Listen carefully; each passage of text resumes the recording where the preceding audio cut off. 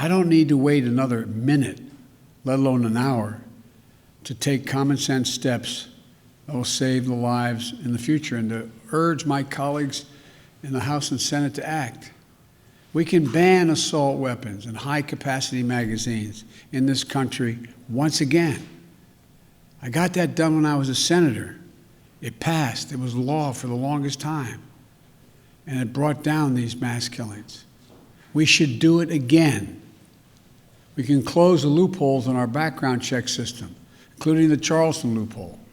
That's one of the best tools we have right now to prevent gun violence. The Senate should immediately pass, let me say it again, the United States Senate, I hope some are listening, should immediately pass the 2 House-passed bills that close loopholes in the background check system. These are bills that receive votes of both Republicans and Democrats in the House. This is not and should not be a partisan issue. This is an American issue. It will save lives, American lives. There's still a great deal we don't know about the killer and the motivation of the killer in Boulder, Colorado. But I do know this. As president, I'm going to use all the resources at my disposal to keep the American people safe. As I said, at this moment, a great deal remains unknown, but 3 things are certain. First, 10 lives have been lost, and more families have been shattered by gun violence in the state of Colorado. And Jill and I are devastated, and the feeling, I just can't imagine how the families are feeling, the victims whose futures were stolen from them, from their families, from their loved ones.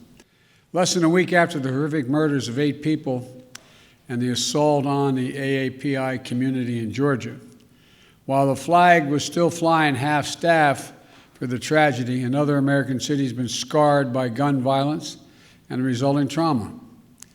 And the state that I even hate to say it because we're saying it so often, my heart goes out.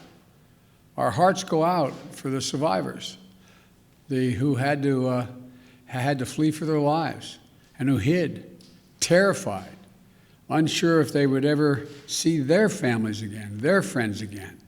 I commend the exceptional bravery of Officer Eric Talley, and I send my deepest condolences to his family. He thought he'd be coming home to his family and his 7 children.